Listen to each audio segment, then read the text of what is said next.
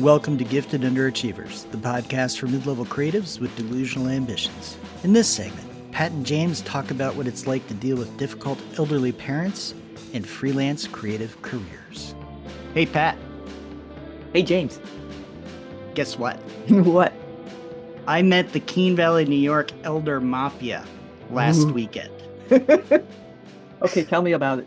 Okay, so I think we've maybe mentioned this in the podcast that we're still in that in-between kind of generation where we've got the kids and then we've got the parent, the remaining parent, and we're trying to, it's like the kids are easing off in terms of how much they need, but the elder parent is getting really needy. Yeah. And I'm gonna share a secret that we both have parents that are kind of a pain in the ass. Yeah, it's a big secret.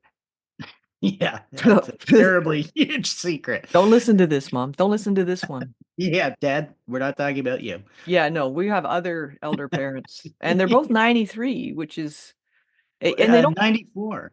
Oh, your dad had a birthday, and they don't mean. I'm not saying they're deliberate pains in the ass. It's not because they're old, because I know people. I don't know that many 93-year-olds, but I do know other old people who are absolutely not pains in the ass. So it is just the type of person they've been their whole lives that's now intensified. Yeah. And there's a term for people like us called the sandwich generation. But I mean, you can be in the sandwich at any point. In 1930, there were people with old parents and kids. And like you said, our kids are easing off. It's not like they're 8 and 10 anymore or anything like that. And you've got to get them to school, do blah, blah. Like we've gone through that. And if anybody listening has that going on, you know how much work it is. So that part's over. But as you say, the elders are can be quite time consuming, and mine is a little bit chaotic. Chaotic. Yeah, chaos is one very good way to describe it. So I'll tell somebody some story about my dad, Yeah. right?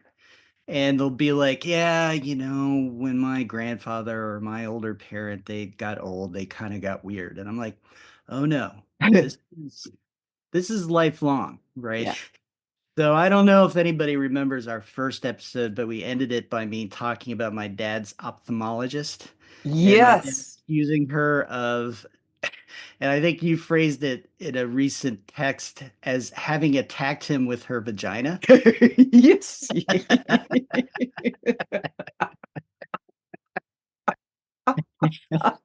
Yeah. I have heard, he does not want to go back to the ophthalmologist because that is one of the many concerns that he That has. her vagina will touch his arm because she's getting close. His knee.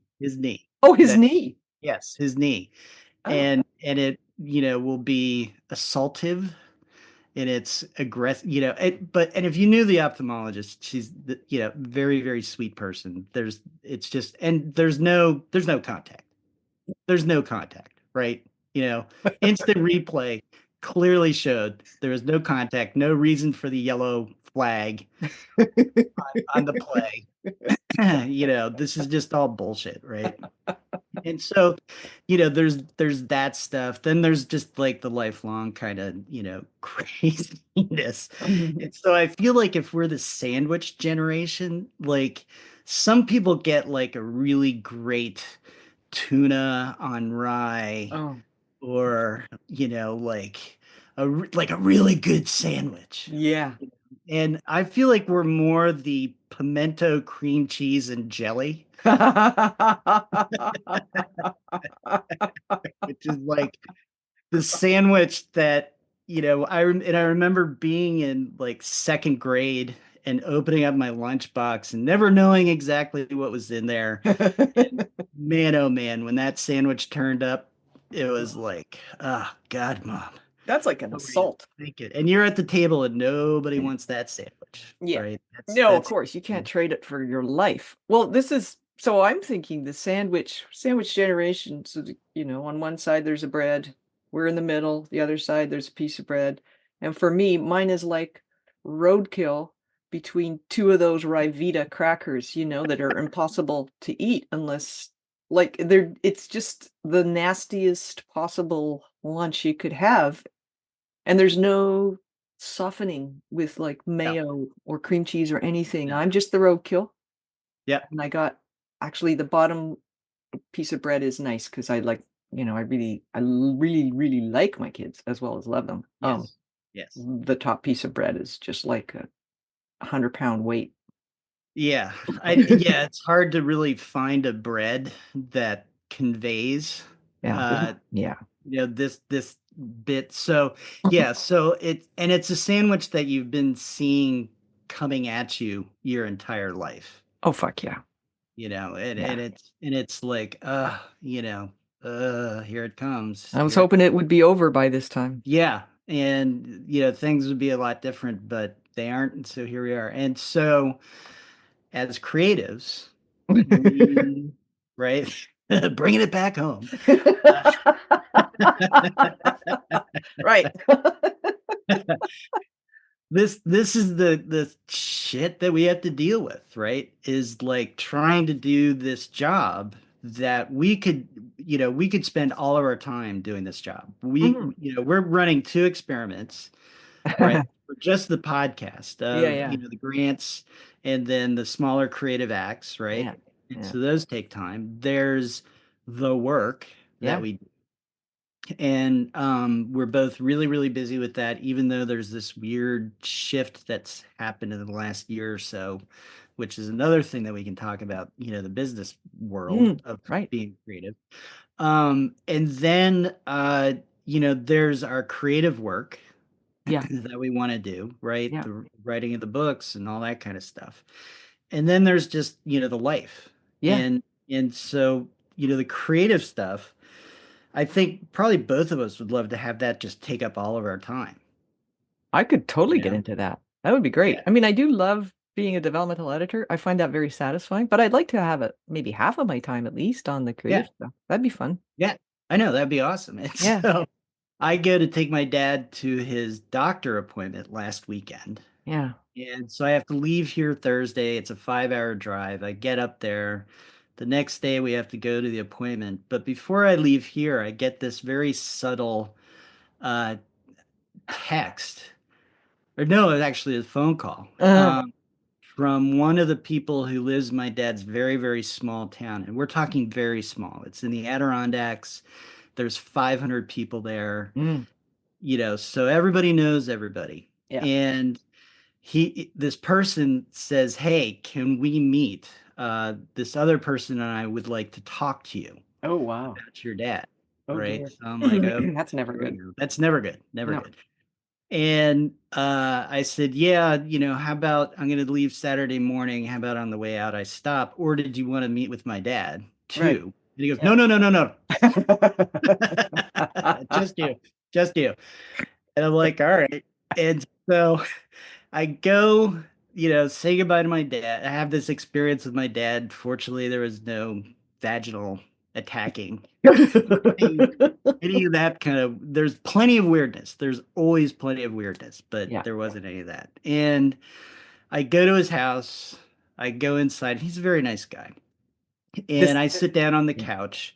He and the other guy are the two chairs facing the couch. And of course, it's one of those couches where you just sink into it, so you feel kind of small. And I'm with these two guys who are like, one's mid 70s, the other's very early 90s. Wow. And they're like, "We just wanted to have a conversation about your dad Yeah.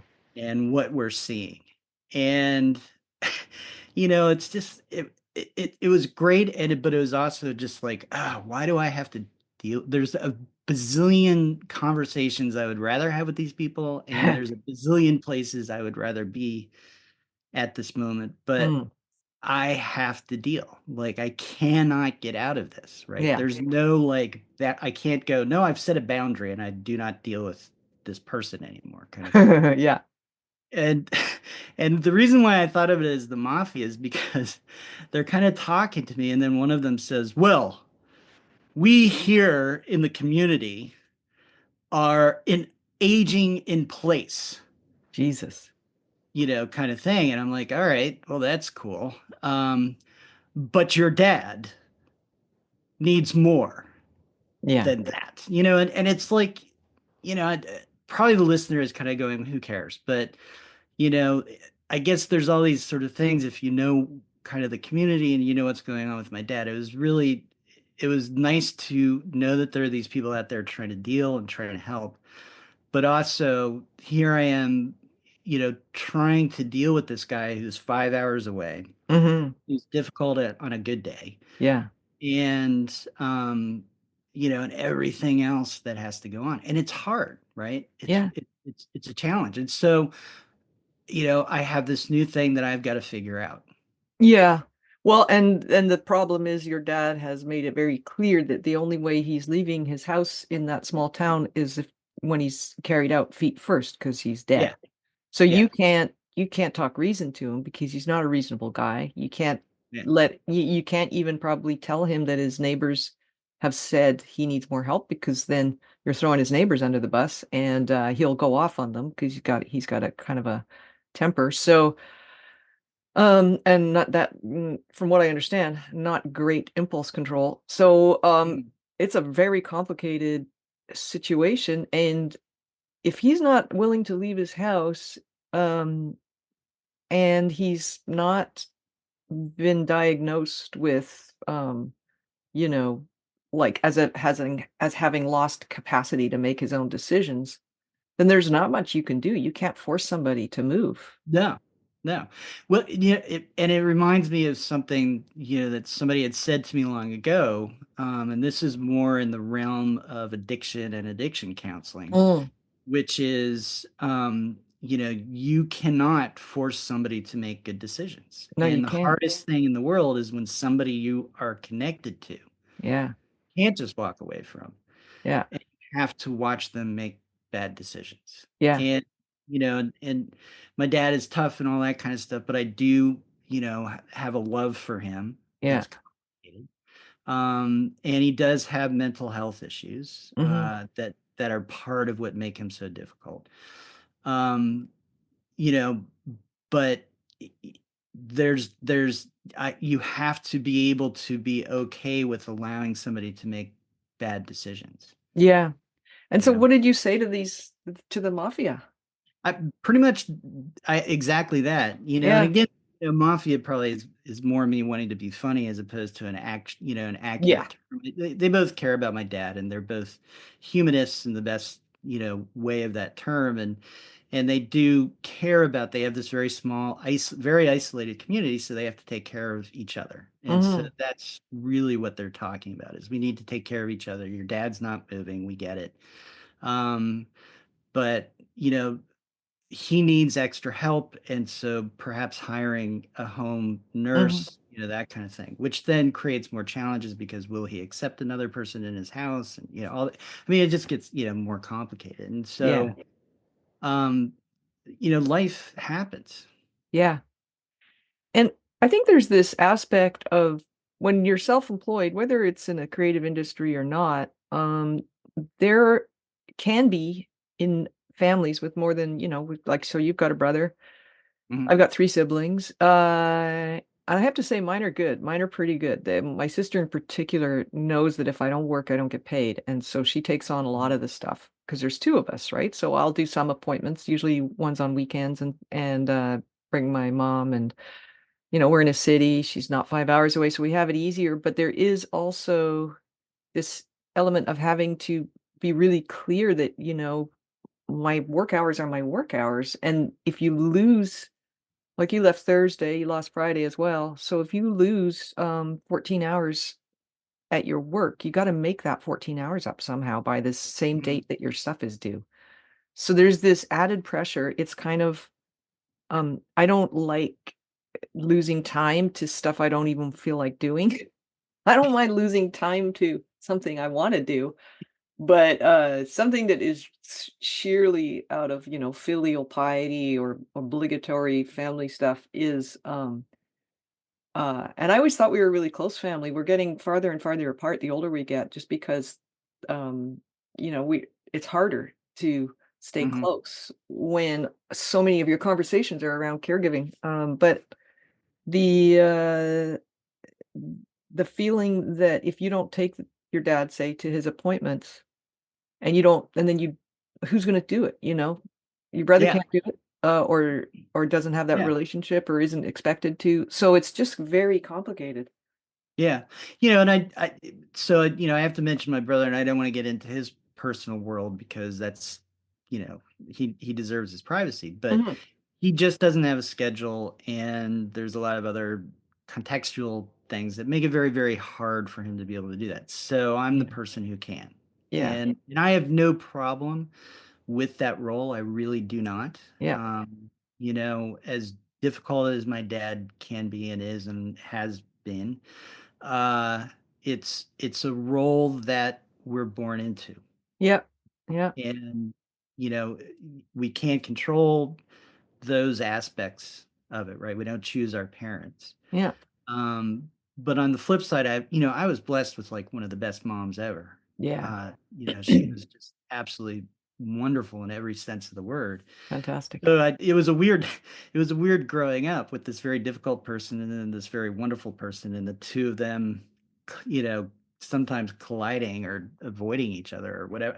However they did it, they did it. Mm. But yeah, so here I am, and you get, especially in this work that is so time consuming and where you feel like sometimes you feel like you should be working all the time, but Yeah. you always feel like you could always be working and Yeah. produce.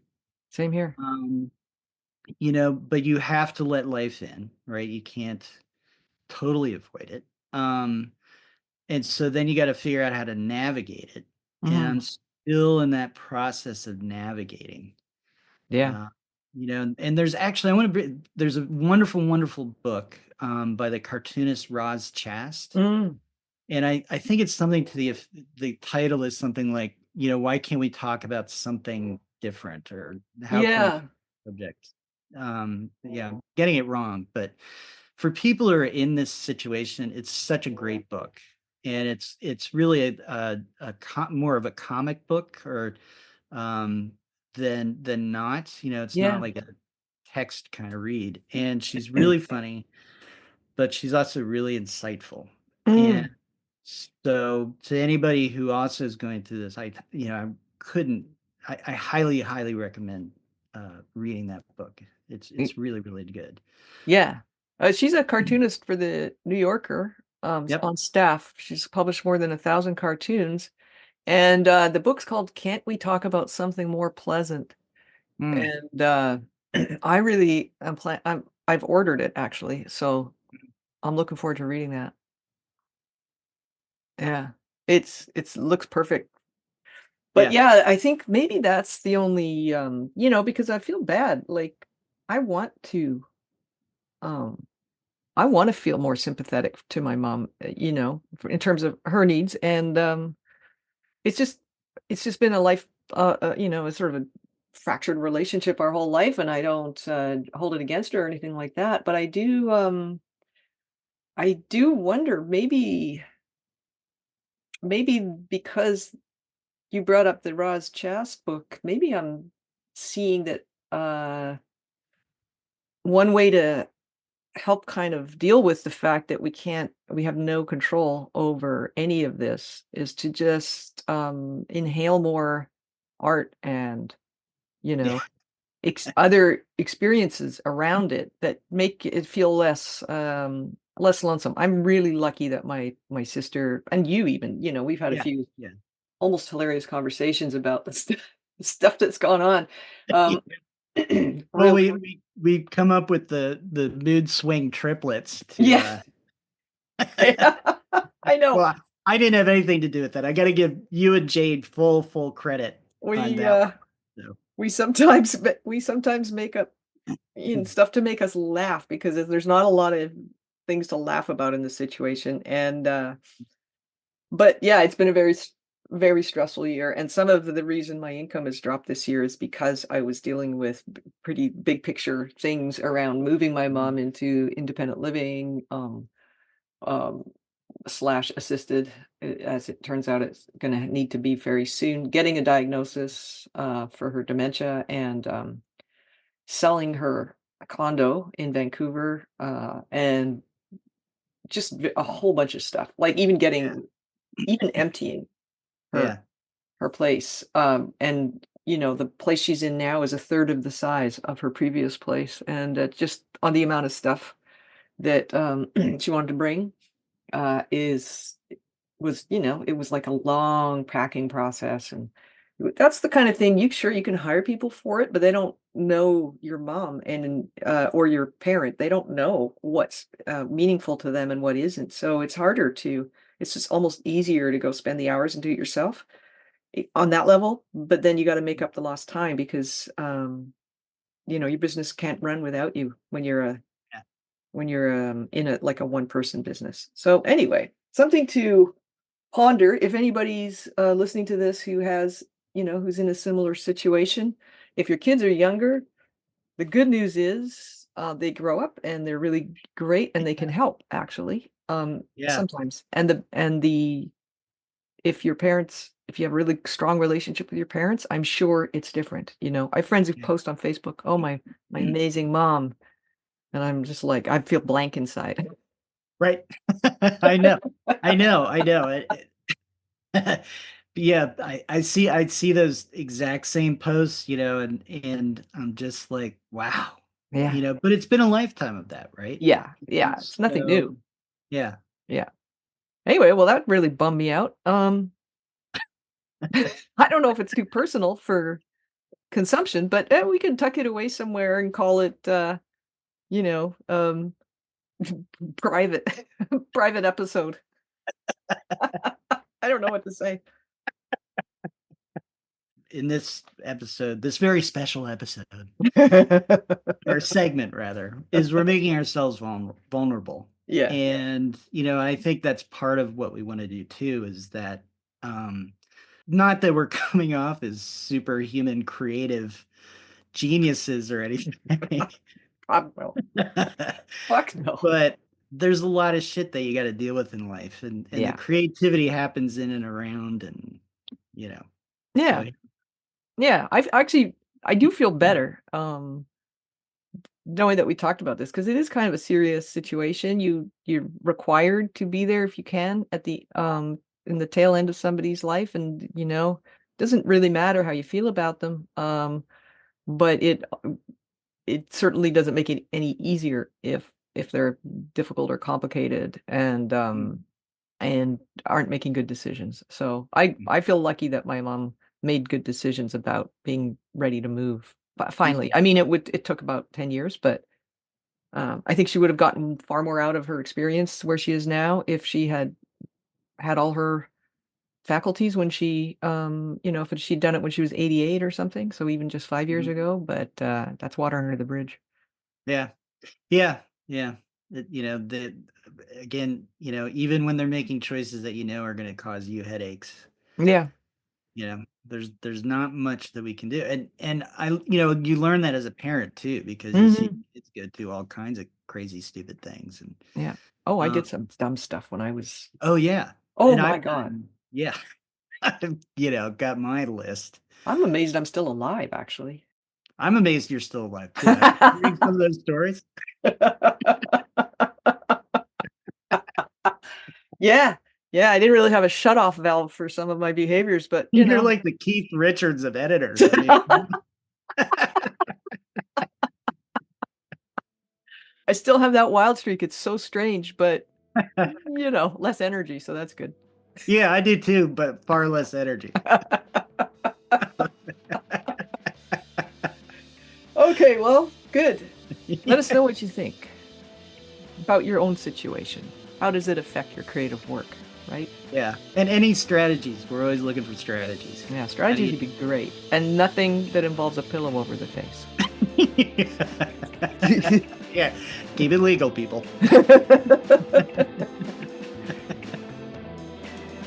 Thanks for listening to Gifted Underachievers, the podcast for mid-level creatives with delusional ambitions. We'd love to hear how we're doing, so please leave a comment, join our chat page, or send us an email at giftedunderachievers@substack.com. Have an awesome day.